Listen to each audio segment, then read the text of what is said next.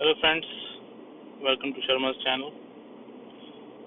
आज हम बात करेंगे कि यूएस में ड्राइविंग के लिए क्या किया जाता है, प्रोसेस क्या है।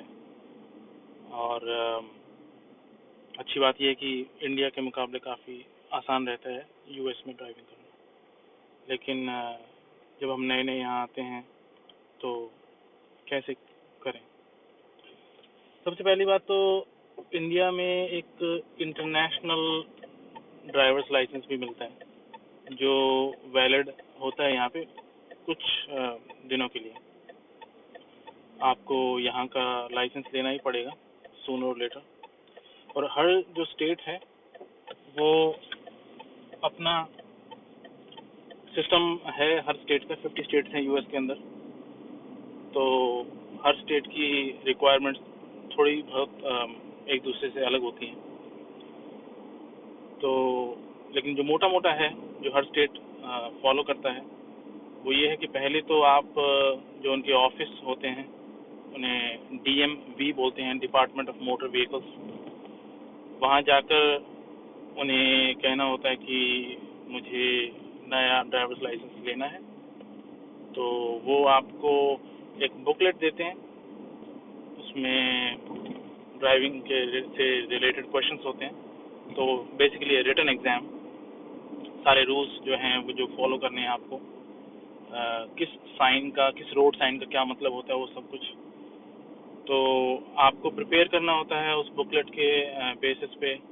और जो कोई भी आपको डे मिला है कि उस दिन इतने बजे आपका एग्ज़ाम है, तो उस दिन आपको जैसे भी आप अपने नॉर्मल एग्ज़ाम्स देते हैं उसी तरीके से वहाँ पे जाके इन्विजिलेटर होता है, देखता है कोई चीटिंग तो नहीं कर रहा है। जब मेरा एग्ज़ाम था तो मुझे नहीं पता था कि कितना सीरियसली लेते हैं, लेकिन मेरे बगल में ही अच्छी खासी उम्र के 50-55 ईयर्स ओल्ड, और वो चीटिंग कर रहे थे और वो यूएस के ही थे। और जैसे ही इन्विजिलेटर को पता चला कि वो चीटिंग कर रहे हैं, उन्होंने उनसे एग्ज़ाम पेपर छीना और उनको निकाल दिया। तो इट्स सीरियस स्टफ। तो एग्ज़ाम के अंदर भी पासिंग का क्राइटेरिया कुछ स्ट्रिंजेंट ही होता है। इफ़ आई रिमेंबर, अगर 50 क्वेश्चंस हैं तो 40 तो सही होने ही चाहिए, और हर स्टेट का थोड़ा बहुत ऊपर नीचे रहता है, but that's what it was. और आपने अगर रिटन एग्ज़ाम क्लियर कर लिया है तो फिर आपको एक लर्नर्स परमिट मिलता है, जिसके बेसिस पे आप गाड़ी चलाना सीख सकते हैं, एज लॉन्ग एज आपके बगल में कोई प्रॉपर जिसका लाइसेंस बना हो, वो आपके जैसे ड्राइवर सीट के बगल में पैसेंजर सीट जो है वहाँ पर बैठे जब आप गाड़ी चलाना सीख रहे हो। तो वो एक मेरे लिए थोड़ा सा शौक था कि लर्नर्स परमिट लेते हो तो आप गाड़ी चलाना सीख सकते हो एज लॉन्ग एज कोई आपके बगल में बैठा है। तो उसके लिए भी लर्नर्स परमिट की ज़रूरत है। रोड साइन क्या है, ट्रैफिक रूल्स क्या हैं, वो सब जो है एग्ज़ाम के थ्रू आपको क्लियर होने चाहिए। और I think learners permit, if I remember right, 60 days का रहता है कि उससे पहले आप अपना ड्राइविंग टेस्ट जो है वो स्केड्यूल भी नहीं कर सकते हैं। दे फील कि आपको 60 डेज़ तो चाहिए ही ड्राइविंग सीखने के लिए। उन 60 डेज़ में आप भले ही सिर्फ एक बार बिहाइंड द व्हील रहे हों या एवरी डे फॉर दो 60 डेज़, वो सब आप पे है, आप पर है। लेकिन आपका स्केड्यूल जो है ड्राइवर्स टेस्ट वो या ड्राइविंग टेस्ट वो 60 डेज़ के बाद होना चाहिए। और अगेन वो रूल जिस स्टेट में मैंने दिया उसका था, बाकी स्टेट्स का डिफरेंट हो सकता है। तो ये जो ट्रैफिक वाला है ये हर स्टेट जो है अपना थोड़ा बहुत चलाता है। जैसे अपने इंडिया में सेंट्रल गवर्नमेंट और स्टेट गवर्नमेंट की पावर्स अलग होती हैं, बेसिकली वैसे ही यहाँ पे है। पुलिसिंग जो है या ट्रैफिक है, ये सब जो है स्टेट लेवल पे रहती हैं। तो आप फिर एग्ज़ाम ड्राइविंग टेस्ट जो है वो स्केड्यूल करते हैं, और उसमें जो भी आपका इन्विजिलेटर है वो आपके बगल में बैठेगा और उसके पास एक चेक लिस्ट होती है। वो काफ़ी सारी चीज़ों पर आपको चेक कर रहा होता है और उसके पॉइंट्स होते हैं। और वो उनका सिस्टम होता है कि कितने पॉइंट्स, हर चीज़ का 1 पॉइंट या 2 पॉइंट, कुछ चीज़ों के ज़्यादा पॉइंट होते हैं, कुछ चीज़ कम पॉइंट होते हैं, तो वो सबका जो क्यूमुलेटिव पॉइंट्स बनते हैं उसमें कुछ पासिंग क्राइटेरिया होता है। तो जैसे पैरेलल पार्किंग है, उसके काफ़ी ज़्यादा पॉइंट्स होते हैं। तो अगर आपने और कहीं थोड़ी बहुत गलती की भी है लेकिन पैरेलल पार्किंग में आपने सुपर्ब कर दिया है तो आपके फेल होने के चांसेस कम रहते हैं। लेकिन अगर आपने और कहीं सब सही किया और पैरेलल पार्किंग में आपने किसी कार को हिट कर दिया या कर्ब जो है, शोल्डर बोलते हैं जिसको, उसको हिट कर दिया, तो वो एक नेगेटिव माना जाता है। और 15-20 मिनट का ड्राइविंग टेस्ट होता है।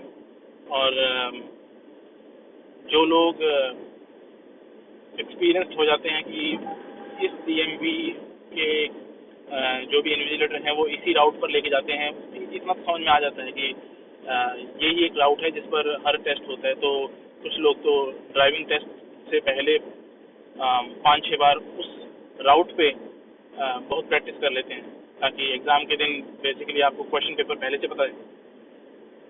तो जब वो क्लियर हो जाता है तो बस उसी वक्त आपको ड्राइवर्स लाइसेंस मिल जाता है और आप तो अब ड्राइविंग कर सकते हैं। अब बात आती है कि ये तो जैसे मैंने कहा कि हर एक स्टेट का है। मान लो जॉब आपका किसी दूसरे स्टेट में लग गया और आपको रिलोकेट होना पड़ा वहाँ उस स्टेट में, तो ऐसा नहीं है कि आपने एक स्टेट का लाइसेंस बनवा रखा है तो वो दूसरे स्टेट में भी चलेगा। कुछ ग्रेस पीरियड ज़रूर होता है, लेकिन उस नए स्टेट में पहुंचने के बाद में सूनर और लेटर आपको अपना नया ड्राइवर्स लाइसेंस बनवाना ही है। और अब ऐसा भी नहीं है कि फिर से टेस्ट देना है, नहीं, क्योंकि मैंने कहा कि हर स्टेट का जो टेस्ट क्राइटेरिया है वो ऑलमोस्ट सेम होता है। तो वो ऑनर करते हैं कि दूसरे स्टेट ने सब कुछ देखकर ही इनको ड्राइवर्स लाइसेंस दिया होगा। तो आसान रहता है कि आप जाओ, आप अपना जो पुराना ड्राइवर्स लाइसेंस है वो सरेंडर करो और अपने डिटेल्स दो, अपना जो नया एड्रेस है वो दो, उसके प्रूफ दो। अगर आपको कॉरेस्पॉन्डेंस आया हुआ है उस नए एड्रेस पे तो 2-3 मेल्स दिखाओ कि ये मेरा जेन्युइन एड्रेस है, क्योंकि वही एड्रेस जो है वो आपके ड्राइवर्स लाइसेंस पे प्रिंट होगा। तो ये है प्रोसेस जहाँ पर अच्छे से देखा जाता है कि ड्राइविंग आती है तो ही इसको दें, और फेल होने के चांसेस भी खूब हैं। मेरे 2-3 ऐसे दोस्त भी हैं जिन्होंने ड्राइवर्स टेस्ट जो है फेल किया है।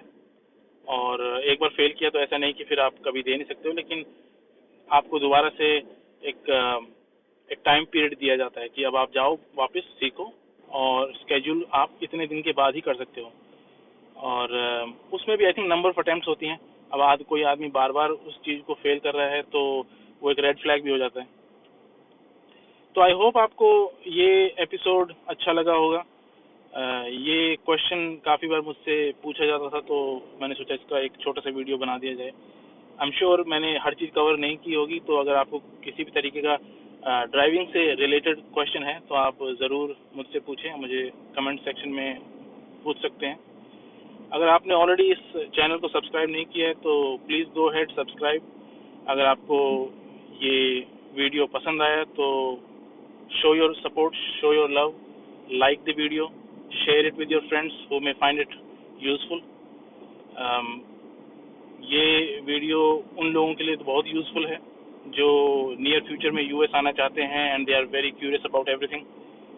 तो thank you so much for your attention, और हम नए वीडियो में एक नए टॉपिक के साथ मिलते हैं। Till then, bye.